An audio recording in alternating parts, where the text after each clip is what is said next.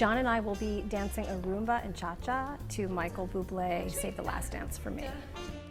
I don't have a dance background, really no dance training, just by myself in a bedroom in front of a mirror and top 40s music. So this has been a steep learning curve for me, but so much fun. He's really interested in not just learning the dance for this performance, but to take it to another level.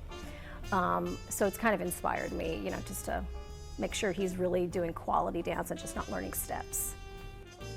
Working with Stacy has been fantastic. It's like finding a long-lost sister. We have a great connection. She's very patient, she's very funny, and we're having a great time doing this particular routine. I think it's going to turn out wonderful. He's very, very competitive, but he's competitive in that nurturing, positive way and not a cutthroat sort of way. And he comes from a competitive background. He's done some men's physique amateur competitions. It's not the big muscular guys. I like to consider it kind of a muscular underwear model version.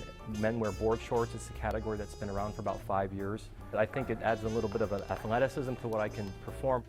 It's been a joy working with him, and I'm not just saying it for this video. He's really passionate about dancing. He's passionate about his cause and the nonprofit he's working with. I decided to pick this particular charity, A3M, because they specialize in matching bone marrow for blood-borne illnesses, people with Asian descent. I'm half Chinese, and I lost a sister when I was 8 years old to leukemia.